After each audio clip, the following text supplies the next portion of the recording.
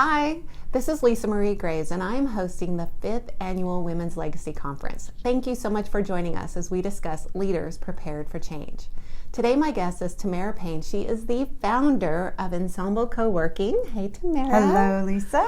Thank you so much for being a partner. This is is it your 4th or your 5th year? 4th, because the first year you actually spoke yes. at the Women's Conference. Yes. Thank you so much for being a loyal partner with the Women's Conference. Thank you for allowing and inviting me to continue to be a part of this, because Absolutely. It actually is one of the most premier women's events that I've gone to in the area, because it's authentic. I believe truly that's why it's so authentic to you, and you're so invested in making a change in the lives of women in business around Parker and Tarrant County. So I love being a part of it. Well, thank you. Well, tell them more about you and Ensemble Coworking. Okay, so I founded Ensemble Coworking almost 4 years ago in April now. So, and we were the first woman-owned co-working space in North Texas. So now we are not for women only, but we are woman-owned. Of course, now I am joined by many other women in the North Texas area who own co-working spaces, which is wonderful, but I am proud to say that. And we are a collaborative business community and a co-working space. So why say that, right? I mean, we do have co-working in our name. We've tried to kind of drop that a little bit because we truly are a collaborative business community. And what that means is that within our four walls, it's kind of like an ongoing networking environment that we have people from all different kinds of industries, people in all different lengths of time in business, and different backgrounds, honestly. And so we all kind of come together at different times, and we collaborate with each other, and we share knowledge, and we lift each other when we're feeling down, or we help each other through challenges, and we answer each other's questions. And so it's a business community that just happens to exist within four walls. And then so that's where the co-working part comes to play. Yes, and I know community is a huge piece for Ensemble Coworking. It's not just like WeWorks, it's just spaces, and there's some elements of WeWork, but you have a very unique entity of Ensemble Coworking, and you're expanding as well, correct? We are working on expansion. We did a little bit of our looking last year in 2019. We thought it was going to happen. Certain things didn't happen that we needed to happen, and that's okay. It gave us a chance to kind of reassess and evaluate what we needed to get into place and systems that we needed, as well as onboarding our new employees this year. And so we are expanding. We are going to the suburbs. And I'm not announcing exactly. That's right. As soon as I asked that, I was like, I don't think it's public knowledge. It's not public knowledge, but it is public. It's like we have a deal working right now.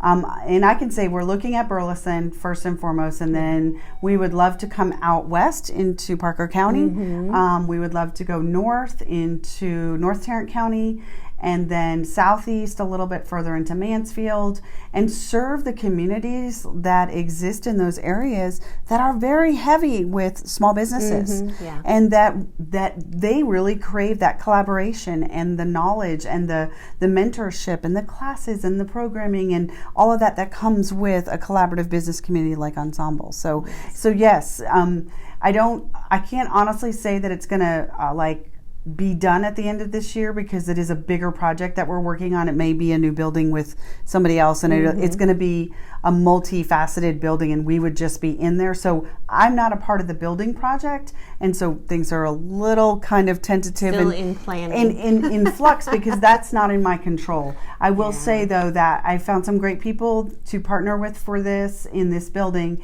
and I think it's going to be a wonderful add to the Burleson, Joshua, Alvarado, Keene, Cleburne, Crowley area. So we are excited about that. Yes, well, and the whole concept of the conference is about leaders being prepared for change. And we were talking about, as you're talking about growing, is that growth and the change that comes with that. So what have you seen in your personal business and industry, especially with WeWorks, as much attention as that's gotten in the news? Yeah, it's very interesting, because what I saw, the trajectory a year ago in the industry, where I thought it was going with all of this debacle with the IPO and WeWork and all this stuff coming out, it's actually changed the articles that I'm reading and the things that I'm seeing come out. I actually just read an article about how co-working is going back a little bit to its roots in what they call B or C class buildings, which is very much what Ensemble is in right now. So A class buildings are your high rises, 5 stories and above, taking 40,000 square foot spaces, that kind of thing. And so they're seeing it kind of go a little bit more back to the roots of what co-working was, which is going into areas that you can refurb a building, which is what we did with the one where we are right now. It sat vacant for years. We brought it back to life. We're a vibrant part of the community now, and our members are very active in the community. So it has been an interesting thing where I see what the heart of co-working and what it started as over 10 years ago. The foundation is still at its core. Perception in the marketplace has been a lot of the bigger dogs, not just WeWork. There's some other big chains out there. But the reality of it is very much like what you know and what Parker County knows, and even I would say East Tarrant that's moving into Parker, is that it's still small businesses that really make the wheels go round, so to speak, right? And so independent co-working spaces like Ensemble, even if we are to open a second or a third or a fourth, I don't have a desire to become this big massive chain and lose the values of what we started as, because now I've got to pander to investors and others who are telling me how to run the business, and we lose the heart of what it is, which is really focusing on growing small businesses by giving them a place to connect, to collaborate in a community environment. Yes. Well, and she's bringing up a ton of elements with deciding. You decide how much growth you choose to have in your profession. Some of it may be controlled, some of it may not be, but you still have a decision in that. So, it sounds like that's a big piece that you are. It is. And last year I went through this. So as we were looking at a space in Arlington, and we were really working towards making something happen there, and it turned out several things, like the great deal that I thought it was kind of started falling through, and it wasn't the right thing.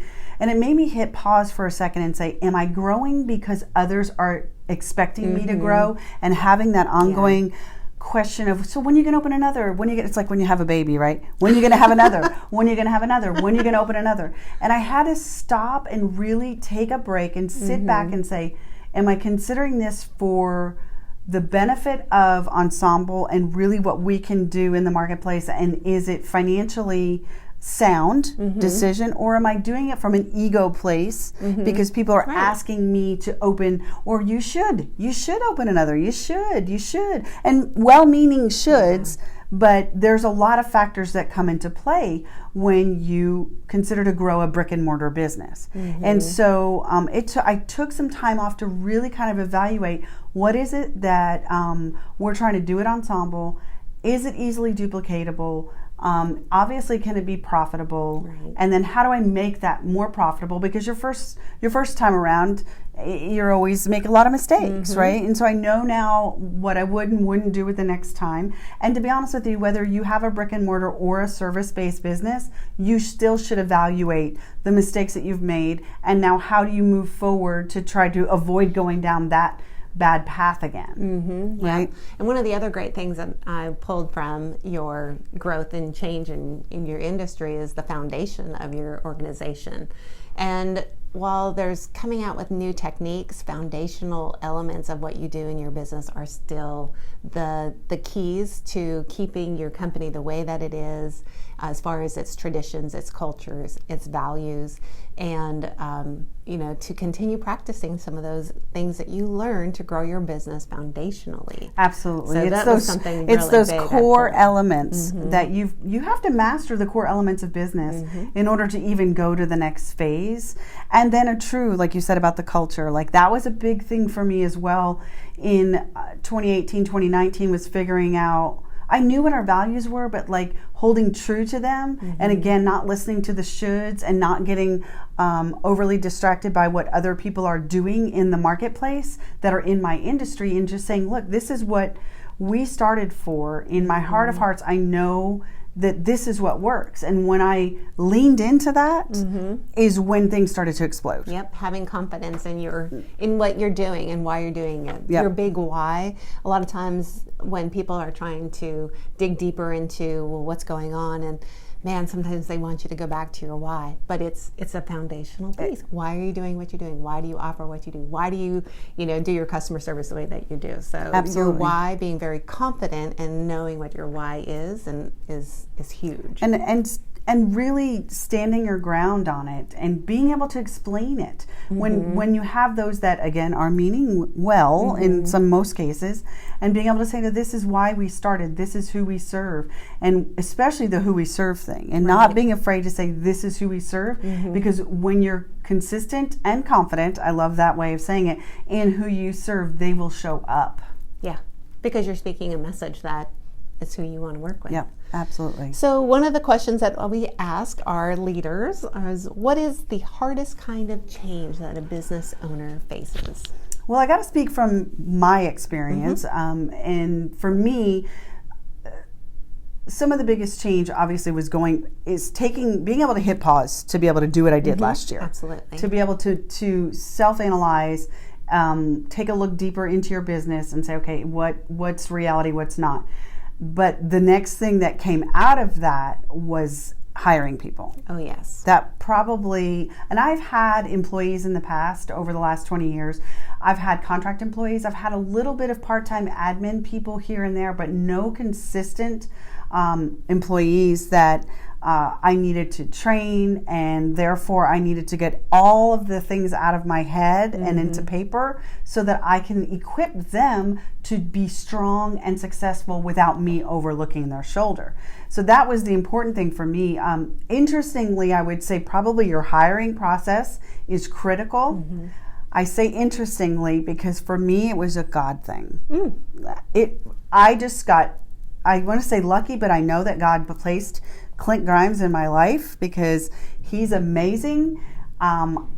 He came after me. He's got a heart for people. He's a servant leader, and that's what I needed. It was like I didn't kind of really know what I needed till I got him. So I have been, knock on wood, that I've been blessed with that first employee. Now, Megan Jarrell, who is our Director of Events and Programming, I've known her for a while, and she's worked contract off and on for a while. When we first started, I kind of had her in a position, and we did have to shift that role because it wasn't quite fitting for her. So I knew that I needed her, and she knew that she wanted to work with us part-time because she has her own business. But it was about shifting that role to find what the sweet spot is for us to work together. And then, as I said, it's then learning how to equip them to be able to fly on their own. Because I'm definitely, a mama bear, and I'm definitely type A. And so I want to kind of oversee, and it's not for lack of trust. It's more like, I just want to help, and I want to, I want to give them everything, and I want to make sure that I'm like, oh, I'll help you pick up that trash, because it's just, I know, right? I know, because that's my way. But in all reality, I had this conversation with Clint about our conductors, is that I'm not equipping him the more that I help him. Right. And so as a leader and a visionary, most business owners are, when you hire somebody, to get out of your own way and let your employees shine, and learning how to equip them to do that is the hardest thing, I think. That's a massive change. And again, how much do you have to have documented? You're the only employee. It's all right up here in my head, right? And so then once you start having someone or having to teach someone to do it, you're like, wow, I need to document this. Yes. And now as we go into this next phase of growth, which means hiring more employees, and so that, as my wonderful friend and great business coach here says, is you're not going to be in that business running that business.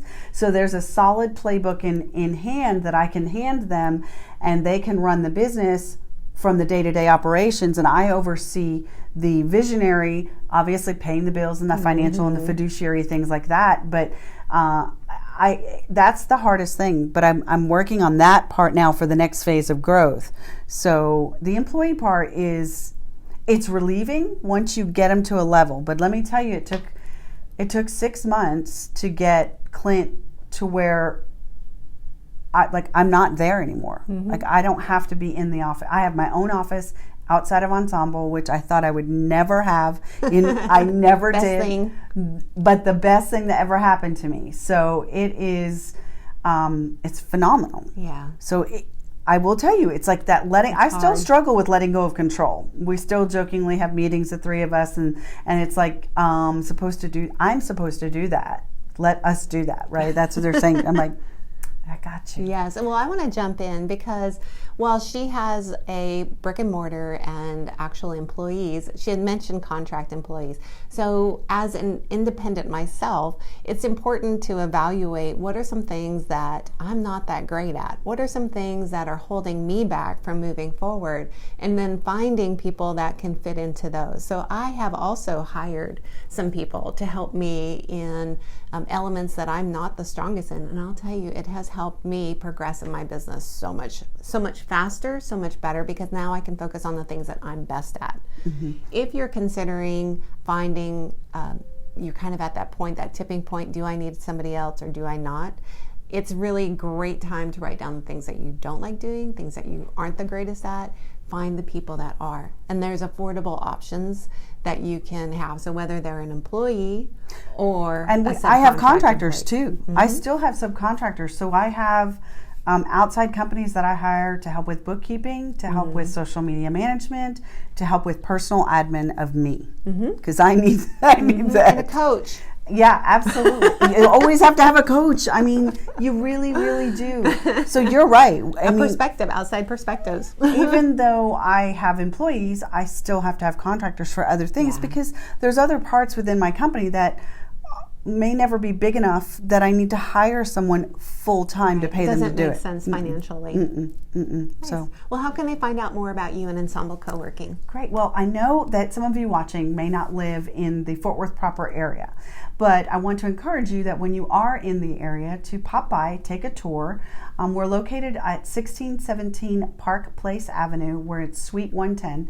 So if anybody's ever been on Park Place Avenue, there's Esperanza's. Everybody knows where Esperanza's is. So we're right down from Esperanza's in the same block. We'd love for you to come and take a tour. We'll give you a 3-day pass to come in and work for us.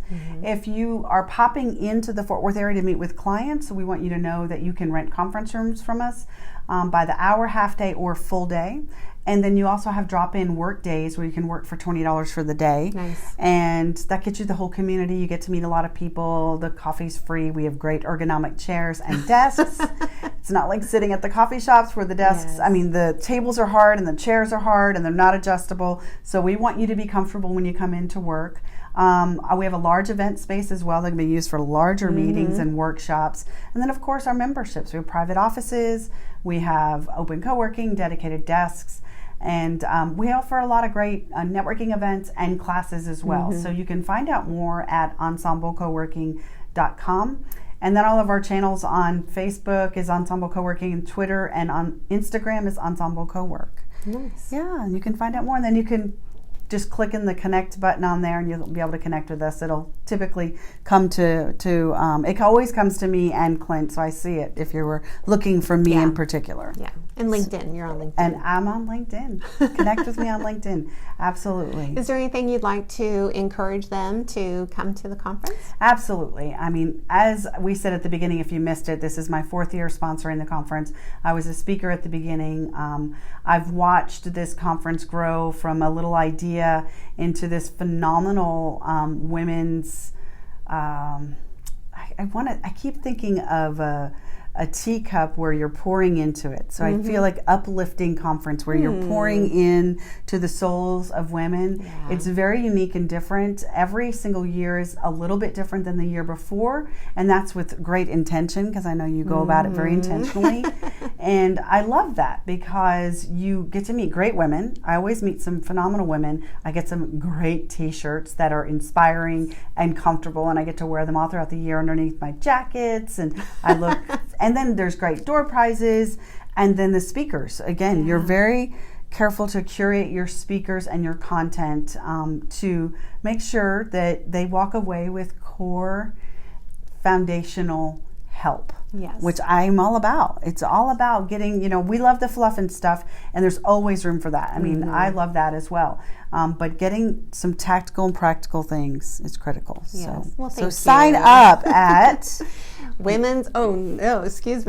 So we want to invite you Saturday, March 28th, half-day event, 5 amazing speakers, all focused on helping you be prepared for change and growth, because it is coming, whether you're in Parker County or the surrounding areas. Absolutely. You can find out all the information at LisaMarieGraves.com/conference.